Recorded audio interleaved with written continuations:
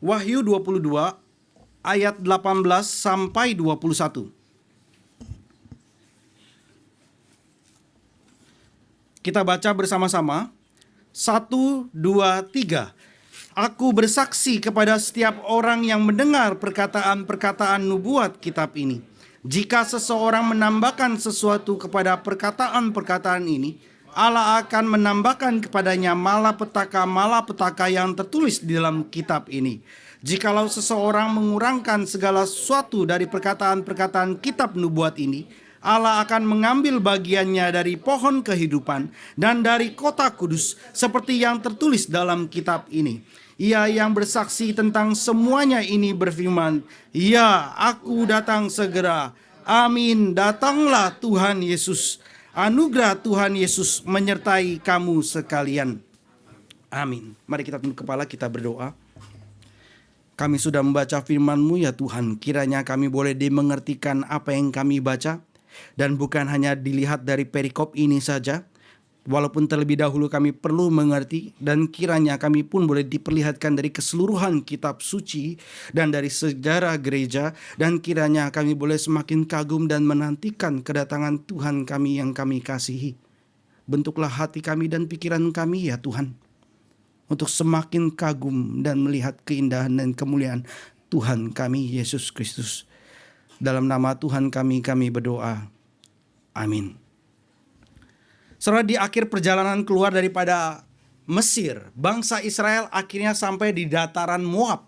Di dataran itu Musa masih ada, kemudian 12 suku dikumpulkan, lalu di pertemuan itu Musa memberikan kitabnya yang terakhir, yaitu kitab apa? Kitab Ulangan. Kitab Ulangan ini bukan sekedar catatan sejarah, bukan seperti Kejadian, Keluaran, Bilangan, atau begitu banyaknya aturan seperti kitab Imamat. Kitab Ulangan ini bicara ke depan. Bicara ke depan. Hidup sebagai umat Allah di tanah perjanjian ketika mereka masuk ke dalamnya.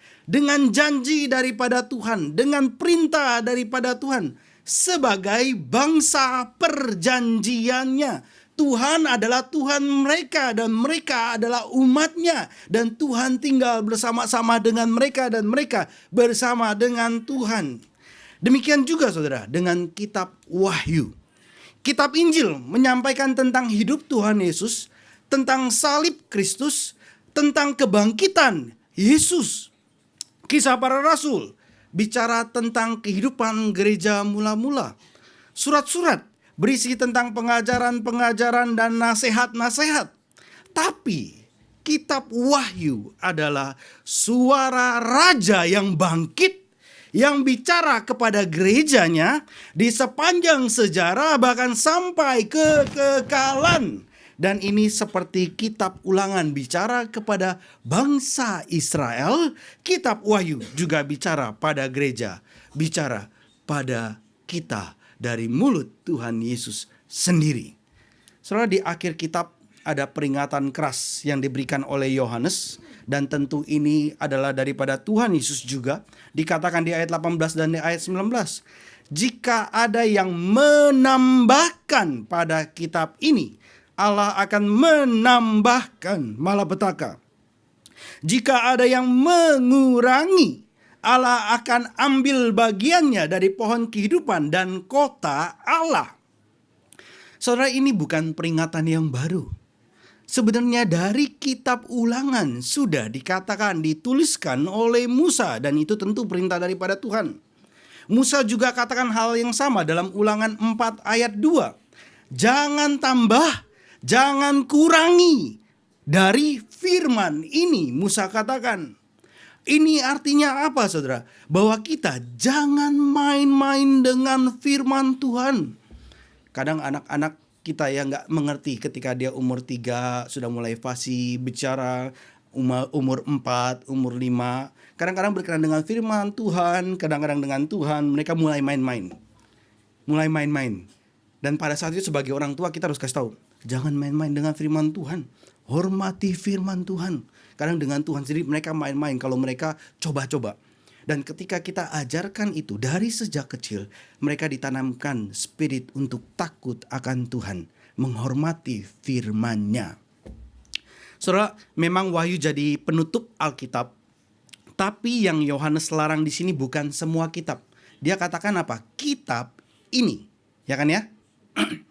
Yang dimaksud adalah nubuat kitab ini, yaitu kitab Wahyu.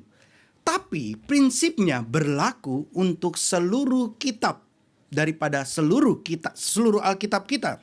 Semua firman Allah itu kudus. Jadi jangan ditambahi, jangan dikurangi. Ada yang pikir ini peringatan buat mereka yang menyalin kemudian. Nanti orang waktu salin jangan sampai hilang titik koma, jangan sampai hilang apa. Memang betul ya, jangan dikurangi, jangan ditambahi dalam arti seperti itu juga. Tapi tidak sepenuhnya betul. Karena Yohanes katakan di ayat yang awal itu, ini bagi setiap orang yang mendengar. Di ayat 18, paling awal. Bagi setiap orang yang mendengar. Jadi peringatan ini juga adalah bagi semua pembaca, bagi semua pendengar, termasuk kita. Saudara, bahasa Yohanes memang keras. Dikatakan apa? Sebagaimana saudara, ketika Tuhan bicara mengenai dosa begitu kerasnya, kalau kita nggak mengerti betapa jijiknya dosa itu. Tetapi kalau kita tahu dosa itu begitu mengerikan dan begitu kotornya, maka kita akan setuju dengan keadilan Tuhan. Dan bukan hanya itu saja, kasih Tuhan yang menyelamatkan. Dan pada saat ini bahasa Yohanes memang keras. Dikatakan bagiannya dari pohon kehidupan akan diambil. Tapi jangan salah mengerti. Yesus katakan, siapa datang kepadaku tidak akan kubuang, dalam Yohanes 6 ayat 37. Yohanes juga katakan dalam 1 Yohanes 2 ayat 19 dalam suratnya, kalau mereka benar-benar bagian dari kita, mereka pasti tetap tinggal bersama dengan kita. Jadi saudara, ini bukan soal orang percaya yang sejati yang kemudian jatuh dan hilang keselamatannya. Bukan, tapi memang orang ini dari awal menolak, memutarbalikkan, menyesatkan, dan tidak bertobat. Bahkan bagi orang yang memusuhi gereja dengan begitu hebatnya, di dalam suratnya Yohanes katakan, jangan terima dia dalam rumah kamu. Dia ketok, jangan buka, jangan bicara dengan dia. Daripada Yohanes ya, karena memang sudah benar-benar begitu degilnya. Karena bukan hanya orang yang mau belajar atau mau mengerti, bukan, tetapi adalah yang benar-benar menentang ya. Dan yang Yohanes maksudkan adalah saudara, ini adalah orang yang sengaja memutarkan isi kitab suci. Menambahinya dengan cara bagaimana? Menambahi dengan ajaran palsu. Mengurangi dengan cara bagaimana?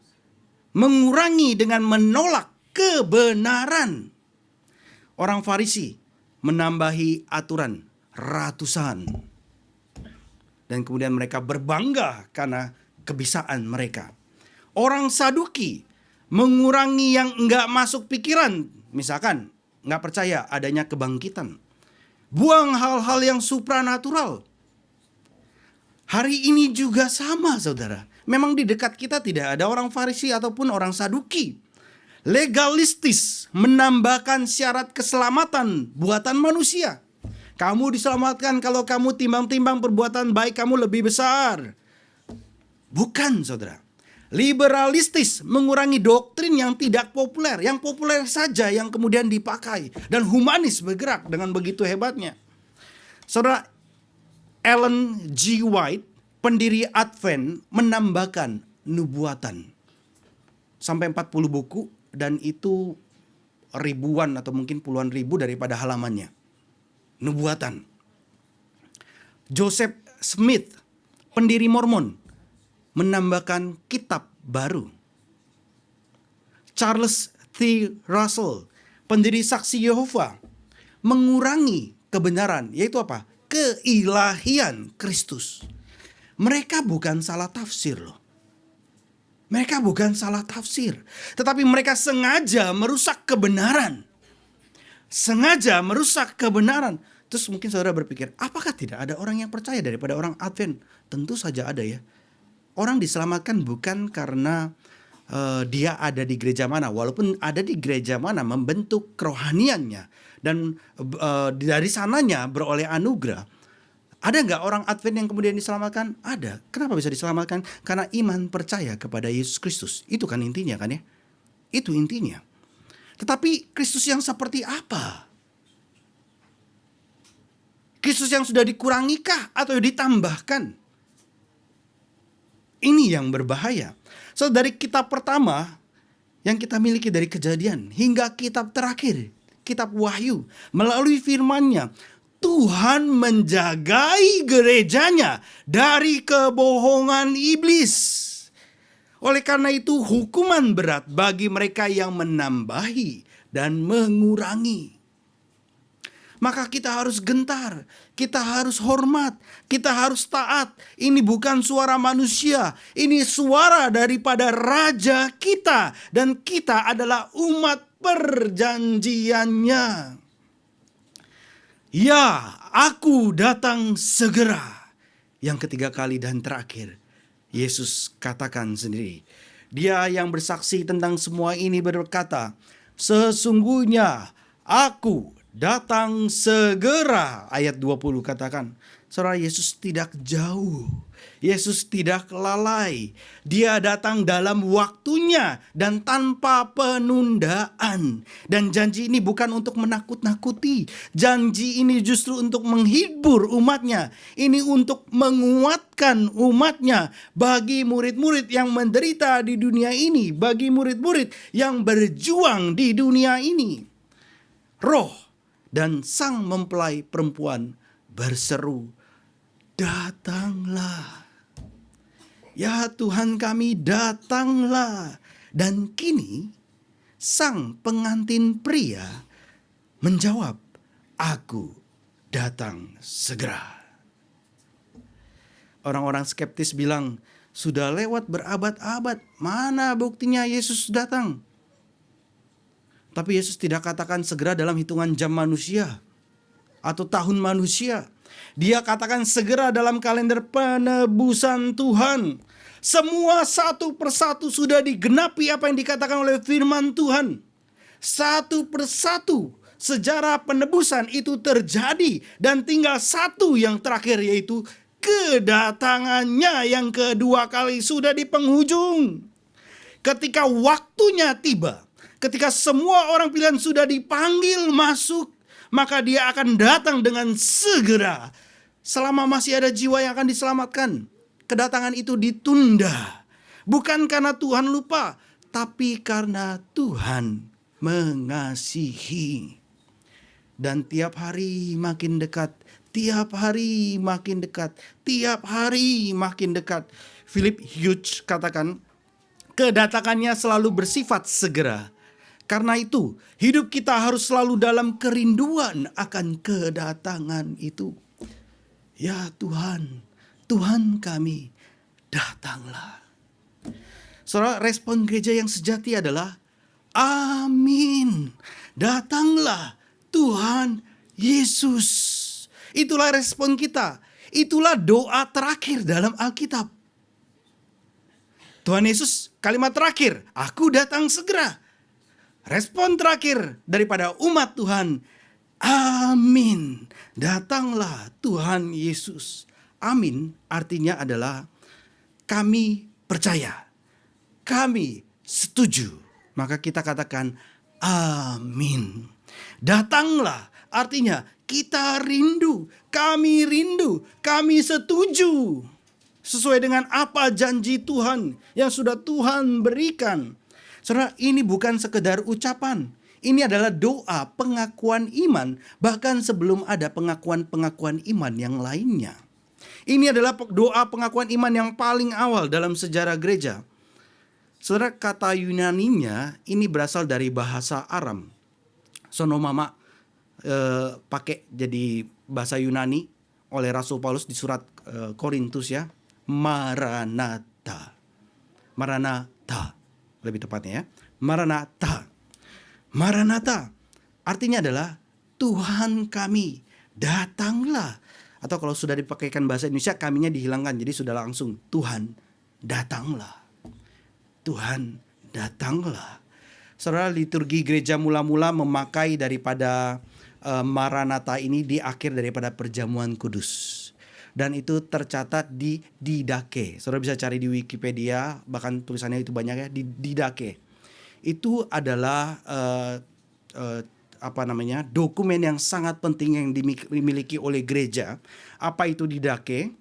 Itu adalah salah satu tulisan Kristen tertua di luar Alkitab. Karena dituliskan di abad yang pertama. Dituliskan di abad pertama. Sejaman atau bahkan lebih awal dari beberapa kitab perjanjian baru. Didache. Dikenal sebagai The Teaching of the 12 Apostles. Pengajaran Tuhan, jadi dituliskan ya, Didache, gitu ya di dalam bahasa Yunaninya. Pengajaran Tuhan melalui ke-12 rasul kepada bangsa-bangsa. Isinya tentang apa? Isinya tentang jalan hidup, tentang etika ada. Tentang jalan maut, tentang aturan baptisan. Ya, tentang cari air yang mengalir. Nggak dikatakan selam ya, nggak dikatakan selam. Karena pada saat itu praktek yang dilakukan adalah dituangkan ke kepala. Cari air yang mengalir, cari air yang tidak dingin, tidak panas. Terus kalau nggak ada air yang mengalir, bisa pakai sedikit air, lalu dicurahkan ke atas kepala 3 kali gitu ya. Dalam nama Bapa, Anak, dan Roh Kudus gitu ya. Memang pada praktek umumnya adalah dipercik pembaptisan itu. Waktu abad ketiga, abad keempat, khususnya daripada gereja-gereja timur di Yunani dan Suria, baru kemudian menggalakkan baptisan dengan selam. Karena melihat daripada surat Paulus yang simbolis dijadikan literal. Ya, saudara bisa cari itu sekarang sudah gampang ya. Apalagi sudah ada AI pun bisa mempelajari itu dan kasih tahu ke kita ya. Dokumen sudah semakin gampang kita dapat dan kita akses. Bahkan daripada arkeolog itu, daripada gambar, daripada apa itu nggak ada baptisan yang diselam ya, nggak ada ya. Tapi dipercik, dicurahkan ya. Dan patung pakai yang dicurahkan ya. Memang itu yang ada ya. Nah, saudara, isinya tentang jalan hidup, tentang jalan maut, tentang aturan baptisan, tentang doa bersama, tentang pemilihan penatua dan diaken, tentang peringatan terhadap nabi palsu dan pengajaran sesat, dan juga perjamuan kudus. Didache 10 ayat 6, di akhir daripada perjamuan kudus, pemimpin atau pendeta itu mengatakan demikian. Biarlah kasih karunia datang dan dunia ini berlalu. Hosana bagi Allah Daud. Jika ada yang kudus, biarlah ia datang. Jika belum, bertobatlah. Lalu seluruh jemaat berkata, Maranatha, amin. Kita praktekkan ya, nanti kita akan berjamuan kudus. Di akhir setelah kita menerima roti dan menerima cawan, lalu saya akan mengatakan, biarlah kasih karunia datang dan dunia ini berlalu. Hosana bagi Allah Daud. Jika ada yang kudus, biarlah ia datang. Jika belum, bertobatlah. Maranatha, amin. Sekali lagi ya. Sekali lagi, timingnya saudara kayak nunggu-nunggu ya, gak apa-apa ya. Kadang belum terbiasa ya. Setelah kita menerima lalu cawan, lalu saya katakan, biarlah kasih karunia datang dan dunia ini berlalu. Hosana bagi Allah Daud. Jika ada yang kudus, biarlah ia datang. Jika belum, bertobatlah. Maranatha, amin. Dan ini saudara adalah pengharapan daripada gerejanya akan kedatangan Tuhan kita Yesus Kristus yang kedua kali. Perjamuan kudus bukan hanya lihat ke belakang, bukan hanya sesuatu peristiwa yang lalu, tapi juga adalah sesuatu yang Tuhan sedang kerjakan dan Tuhan genapi. Maranatha, amin. Karena setiap kali mereka, gereja mula-mula, menyambut hadirnya di meja perjamuan, mereka juga rindu perjumpaan dengannya dalam kemuliaan, muka dengan muka. Saat tubuh dan darahnya diingat, hati mereka juga berseru, Tuhan kami, datanglah. Maranatha, amin. Saudara, hari ini banyak yang tidak rindu. Banyak orang Kristen yang justru takut Yesus datang. Tuhan jangan datang, Tuhan jangan datang. Saya masih melakukan dosa, Tuhan jangan datang. Kedatangan Yesus seperti ancaman, takut kehilangan upah karena gagal di saat terakhir. Tapi Wahyu tidak bicara demikian. Kitab Wahyu bicara tentang gereja sebagai mempelai perempuannya yang haus, yang rindu, yang berseru, datanglah. Tuhan berikan makanannya tiap-tiap hari. Tuhan berikan minumannya tiap-tiap hari. Tuhan berikan kepada kita pakaian putihnya. Dan pada akhirnya dia katakan, layak pakaian putih itu kamu kenakan. Dan Yesus berkata, baik sekali perbuatanmu, hai hambaku yang baik dan setia. Masuklah dan turutlah dalam kebahagiaan Tuhanmu. Bukan hanya untuk yang besar pelayanannya, tapi untuk mereka yang setia. Setia di tempatnya, setia dalam imannya, setia sampai akhir. Dan Yesus akan berkata, mari kamu yang diberkati oleh Bapakku, masuklah dalam kerajaan yang disediakan bagimu sejak dunia dijadikan. Saudara, Craig Kinner pernah bercerita, waktu muda dia terus mendoakan satu hal. Satu hal yang terus dia doakan. Apa pemuda-pemudi? Apa yang saudara kira-kira doakan? Ya, dia doakan juga pasangan hidup. Saya sih berharap ya pemuda-pemuda di sini ketemu dengan pemudi-pemudi ketemu dengan pemuda-pemuda ketemu dengan pemudi, terus membentuk satu keluarga, menjadi keluarga yang boleh dipanggil dan diberkati oleh Tuhan ya. Wah, begitu sangat merindukan ya. Dan tentu saja berpasangan itu sangat-sangat penting, dan Craig Kinner pun seperti ini ya. Dia terus doakan hal yang penting ini, yaitu pasangan hidup. Tapi suatu hari dia masuk ke dalam suatu ibadah di dalam gereja, dan dia lihat orang-orang bernyanyi dengan sungguh-sungguh. Nyanyian itu adalah datanglah Tuhan Yesus. Datanglah Tuhan Yesus. Dan saat itu dia sadar ketika mendengar nyanyian itu, pujian itu, selama ini dia rindu sesuatu yang belum tentu dijanjikan. Tapi dia lupa mendoakan sesuatu yang pasti. Sesuatu yang pasti yang dijanjikan, yaitu Yesus datang kembali. Tentu saya berharap saudara semua menikah, semua punya anak. Tentu harapan dari kita semua ya. Ya berharap ya. Tetapi saudara, itu walaupun gak pasti, kedatangan Kristus itu lebih pasti. Lebih pasti dari segala sesuatu yang ada di dalam dunia ini. Yesus datang kembali. Dan kemudian Craig Kinner ini dia tersentuh. Dia bertobat dan dia katakan, kerinduan kita yang lain cuma bayangan. Sekolah, pekerjaan, kehidupan dalam dunia ini. Pengkhotbah katakan sia-sia demi kesia-siaan, di dalam hikmat, di dalam kehidupan orang bodoh seperti babi, kira-kira kayak begitu ya. Kerinduan kita yang lain cuma bayangan. Kerinduan tertinggi adalah kasih yang sejati. Kasih yang darah anak domba saksikan selamanya. Saudara, Yesus berkata, sesungguhnya aku datang segera. Mari hati kita menjawab, amin. Datanglah Tuhan Yesus. Ini adalah inti pengharapan gereja. Yesus datang segera, dan oleh sebab itu ada 3 hal penting yang harus kita perhatikan. Pertama, Yesus datang segera. Oleh sebab itu, hiduplah bertanggung jawab dan takut akan Tuhan. Kalau Yesus akan datang segera, ingat, hidup ini bukan milik kita. Kita hanya pengelola. Kita sudah mati, tetapi kita hidup karena Kristus yang hidup di dalam kita. Kita sudah disalibkan bersama-sama dengan Kristus. Hidup yang kita hidupi ini adalah bukan milik kita, tetapi Kristus yang mengasihi kita. Kita akan dipanggil bertanggung jawab. Saudara, persepuluhan itu kan 1/10. 10 itu simbol daripada kesempurnaan. Sebagaimana ruang maha kudus 10 kali 10 kali 10 daripada Allah Tritunggal, sempurna, penuh, genap, 1/10 juga demikian. Dan Rasul Paulus kemudian mengatakan berkenaan persembahan, yaitu persembahan yang hidup dan kudus kepada Allah. Persembahkanlah tubuhmu yang sempurna, jadi persembahan yang hidup, yang kudus dan berkenan kepada Allah. Kita dipanggil untuk bertanggung jawab, bukan untuk dihukum. Karena kita pun nanti di hari penghakiman kita tidak akan dipermalukan, karena darah anaknya berbicara mengenai apa yang dia lakukan bagi kita di hadapan Bapa. Karena tidak ada penghukuman bagi mereka yang ada di dalam Kristus, tapi kita tetap akan diuji. Apa yang kita lakukan dengan kasih karunia yang sudah Dia berikan, talenta yang Dia berikan, Perumpamaan talenta itu bukan fiksi, walaupun perumpamaan. Kalau bahkan cerita fiksi pun ya saudara, cerita fiksi itu pun kan ada pengajaran moralnya ya, ada etikanya kan ya.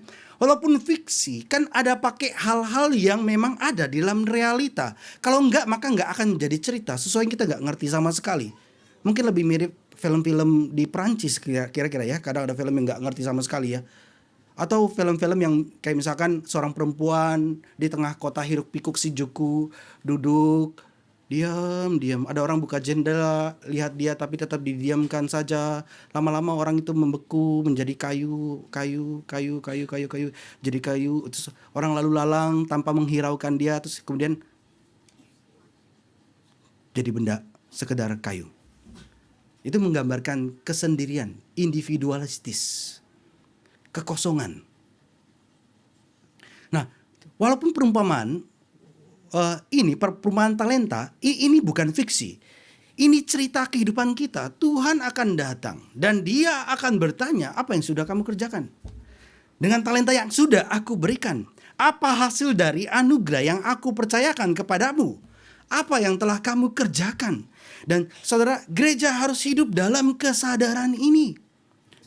Yesus memang belum hadir secara fisik. Dia sedang pergi dan Dia akan datang kembali. Tapi Roh-Nya tinggal di tengah kita. Dialah yang menguatkan, yang taat, yang menegur, yang menyimpang. Oleh sebab itu saudara, Yesus datang segera. Oleh sebab itu hiduplah bertanggung jawab dan takut akan Tuhan. Kedua, Yesus datang segera. Oleh sebab itu pergilah dan kabarkanlah Injil, jangan tunda. Kalau Yesus datang segera, kita harus segera membawa kabar baik itu ke segala tempat. Kita tahu tanpa iman kepada Kristus setiap pendosa tetap berada di bawah murka Allah. Tetap di bawah murka Allah. Perbuatan baik apapun yang dilakukan tidak akan bisa menutupi segala dosa yang telah dilakukan. Satu dosa sedikit pun membuat dia mendapatkan kutuk. Dan saat Yesus datang kembali, mereka akan dihadapkan langsung dengan penghakiman kekal. Dan oleh sebab itu Petrus katakan dalam 2 Petrus 3 ayat 12, kamu menantikan dan mempercepat kedatangan hari Allah. Maranatha itu bukan cuma doa. Maranatha haruslah jadi dorongan misi. Ya Tuhan, datanglah, bukan hanya doa kita kepada Tuhan, tapi kita pun bekerja dorongan kita bagi misi. Seperti gereja mula-mula saudara. Sesudah Tuhan bilang ke mereka, jangan tinggalkan Yerusalem. Kemudian mereka taat.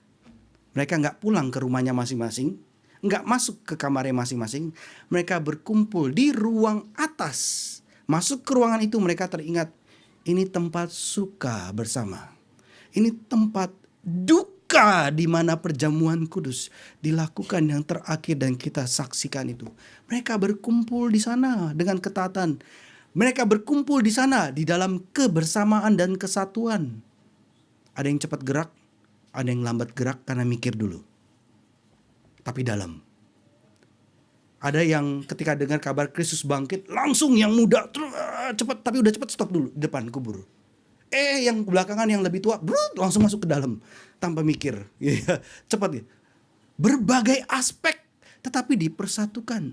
Ada yang tadinya adalah orang zelot, idealis, ekstremis politis. Dan orang zelot terkenal sangat-sangat orang-orang yang mengadakan revolusi kan ya. Bawa celurit, bawa apa gitu ya. Orang yang seperti itu, tapi disatukan dengan orang yang lembut. Disatukan dengan orang yang tulus, dengan orang yang skeptis. Orang yang tulus seperti Nathanael dikatakan tidak ada kepalsuan di dalamnya, kata Tuhan Yesus. Tapi disatukan dengan Thomas yang skeptis tetapi kemudian loyal, setia. Ayo kita mati bersama-sama dengan dia. Kalau aku gak ngelihat dan gak mencucukkan ke dalam bekas luka itu, aku gak akan percaya. Tapi kemudian apa yang keluar dari mulutnya adalah yang sangat-sangat agung dan teragung. Ya Tuhanku dan Allahku. Tuhan persatukan. Bahkan ada orang yang tertulis di atas ruang itu yang berkumpul adalah yang kita gak tahu apa yang dilakukan. Seperti bayang-bayang aja. Orang itu ada, tapi dia rasul. Tapi ada yang dicatat, apa yang dia lakukan terus menerus. Itulah gereja. Berbagai, beragam, segala suku, kaum, bangsa, dan bahasa dan diperlihatkan kepada kita. Itulah gereja. Bertekun dalam doa dikatakan. Mereka keluar kemudian sebagai saksi. Tanggal 23 Juni tahun 1833, dua orang anak kecil. Satu namanya adalah Archibald Alexander Hodge. Bukan anaknya Pak Kris ya. Tapi berharap anaknya Pak Kris pun menjadi seperti dia dan di atasnya sebelumnya dia gitu ya. Dan juga adiknya Mary Elizabeth Hodge tulis surat ditujukan kepada, ya dia tulisnya dua orang anak kecil ya, anaknya daripada Charles Hodge. Dia tuliskan. Jadi Charles Hodge itu papanya dan Charles Hodge itu punya mentor itu Archibald Alexander. Jadi maka dia untuk menghormati Archibald Alexander, dia kasihkan namanya Archibald Alexander Hodge gitu ya. Jadi seperti itu ya. Dua anak kecil ini kemudian tulis surat ditujukan kepada saudara-saudara yang belum percaya di Pulau Ceylon ditulis. Kemudian mereka tulis isinya. Yesus telah berjanji bahwa bumi akan menjadi miliknya dan Allah tidak mungkin berdusta. Allah tidak mungkin berdusta. Kalau itu benar, mengapa kamu tidak segera membantu itu terjadi? Membuat itu terjadi. Bacalah Alkitab, dengarkanlah guru-gurumu, buanglah berhala dan terimalah Injil. Dan kemudian mereka selipkan $2 hasil pengorbanan kecil mereka untuk membeli traktat dan Alkitab. Kemudian ditandatangani oleh sahabat dari orang-orang yang belum percaya, dituliskan oleh kedua anak kecil ini. Anak kecil pun mengerti pentingnya misi, saudara. Nanti dia kemudian jadi dosen, dia profesor di Princeton University juga ya, sama seperti bapaknya. Dan anak kecil saja mengerti akan pentingnya misi. Bagaimana dengan kita? Pergilah dan kabarkan Injil. Baik dengan declaration saudara, perkataan, maupun dengan kehidupan saudara. Beritakanlah Injil, jangan tunda. Ketiga, Yesus datang segera, oleh sebab itu panggillah dunia untuk bertobat sebelum terlambat. Yesus akan datang segera untuk menyelamatkan umatnya, tapi juga untuk menghakimi mereka yang menolak untuk tunduk. Perumpamaan talenta itu tidak berakhir indah bagi semuanya. Ada beberapa orang yang dipanggil, diberikan talenta, diberikan upah sesuai dengan talenta yang diberikan, yang dipercayakan, yang mereka kemudian kerjakan. Tetapi kemudian ada hamba yang tidak percaya, yang malas, yang tidak mau melayani. Dan dia dilemparkan ke dalam kegelapan yang paling gelap. Saudara, kepalsuan, kebohongan yang diajarkan oleh iblis di zaman ini adalah dengan mengurangi kebenaran firman Tuhan adalah seperti ini, saudara. Dengan mengatakan, walaupun sebagai orang Kristen, Yesus adalah gembalaku yang baik, bukan kamu pendeta di gerejaku. Mungkin gak ngomong ya, tapi secara hati begitu ya. Gembala saya hanyalah Tuhan Yesus, bukan pendeta dalam gereja saya. Karena mungkin dia lihat, oh gembala saya kan manusia, Tuhan Yesus kan bukan manusia. Tapi saudara, Tuhan pakai gembala gereja lokal untuk mengembalakan umatnya. Ini Yohanes pun tekankan di dalam suratnya. Dan firman Tuhan mengatakan berkenan dengan hal ini. Lalu juga ada jemaat yang mengatakan, saya orang Kristen, saya mau melayani Tuhan. Tapi saudara, tidak mau melayani dalam gereja, tidak mau berbagian dalam pelayanan. Itu pun salah loh saudara-saudara. Saudara ingat, waktu Paulus pergi untuk menganiaya orang Kristen, apa yang Tuhan Yesus katakan? Saulus, Saulus, mengapa engkau menganiaya aku? Dia pasti bingung. Loh, saya nganiaya siapa? Oh, saya nganiaya gereja Tuhan, umat Tuhan. Sekarang dibalik. Artinya ketika kita mengatakan saya mau melayani Tuhan, itu artinya adalah juga saudara melayani di dalam gereja lokalnya. Jadi saudara mau melayani Tuhan, terlibatlah di dalam pelayanan gerejawi. Karena dengan demikian saudara melayani Tuhan. Kasih kepada Tuhan sama dengan kasih kepada sesama. Kasih kepada sesama kemudian juga adalah kasih kepada Tuhan kita. Dan yang tidak mau melayani, yang malas, hamba yang tidak percaya karena melihat bahwa wah Tuhan ini jahat. Tuhan ini tidak mau bekerja, hanya mau kasih kepada aku tapi gak mau kerja sendiri, hanya mau dapat untung. Maka kemudian dikatakan dia dilemparkan ke dalam kegelapan yang paling gelap. Matius 25 ayat 30. 26 Desember tahun 1811, seluruh kalangan elit Richmond, Virginia, negara bagian di Amerika berkumpul di teater pada malam itu. 26 Desember 1811. Ada pertunjukan populer. Gedung teater itu penuh. Kemudian satu lampu itu jatuh dari atas dan api menyambar tirai dan dalam hitungan menit semuanya itu terbakar. Gedung itu terbakar, 75 orang tewas, termasuk gubernur daripada Virginia. Termasuk perempuan-perempuan bangsawan. Dan berita ini mengguncang Amerika. Lalu kemudian Archibald Alexander. Jadi ya yang lebih tua ya. Sang pengkhotbah besar ini, dia khotbah dari Lukas 13 ayat 2 sampai 3. Di mana Yesus menanggapi tragedi kematian yang baru terjadi. Yesus katakan, apakah kamu kira mereka yang mati itu lebih berdosa dari yang lain? Karena itu bicara mengenai penjahat kan ya. Apakah kamu kira yang mati itu lebih berdosa daripada yang lain? Aku berkata kepadamu, tidak. Tetapi jika kamu tidak bertobat, kamu semua akan binasa juga. Dikatakan. Nah, saudara, Archibald Alexander waktu berkhotbah pakai perikop ini, dia tidak menyalahkan para korban. Ya kemungkinan dia orang Kristen juga ya. Dia tidak menyalahkan para korban, tetapi dia berkata demikian. Terimalah peringatan ini. Mungkin seumur hidupmu tidak akan ada lagi musim yang begitu tepat untuk melepaskan dunia. Karena begitu akan cinta dunia ini, maka memanjangkan akar-akar kita dan kita pegang dengan kuat dunia ini. Sekali lagi dia katakan ya, terimalah peringatan ini. Mungkin seumur hidupmu tidak akan ada lagi musim yang begitu tepat untuk melepaskan dunia.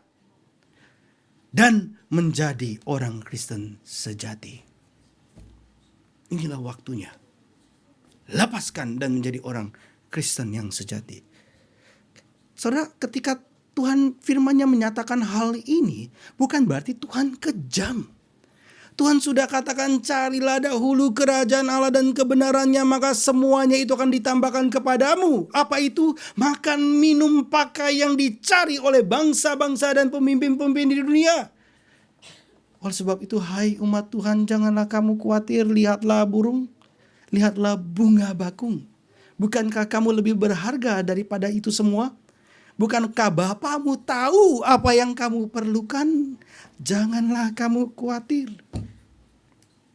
Saudara, jadi apa respon kita sebagai orang Kristen? Yesus berkata, aku datang segera.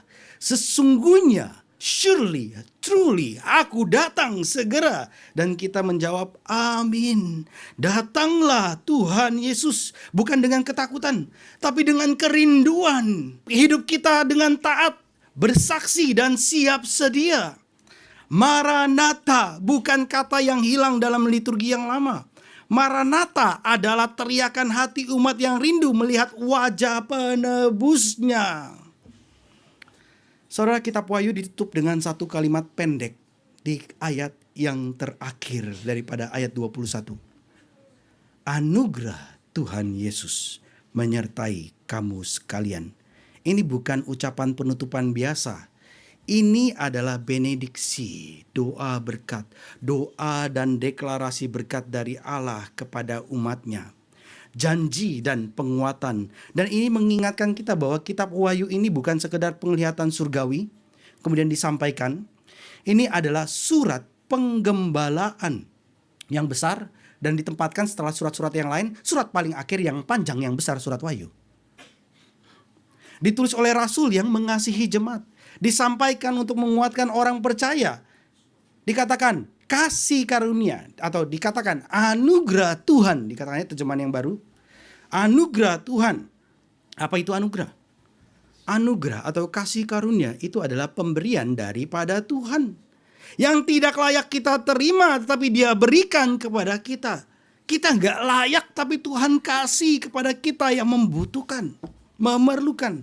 Keselamatan sekali lagi bukanlah upah, bukan hasil usaha, tetapi pemberian dari Dia yang mengasihi. Dan dalam Wahyu kita lihat Yesus adalah singa. Yesus adalah anak domba yang disembelih, yang membuka dan layak membuka gulungan kitab, yang memimpin sejarah, yang menyelesaikan rencana Allah. Dan apa isi hati bagi umatnya? Apa isi hatinya bagi umatnya? Adalah di ayat yang terakhir ini.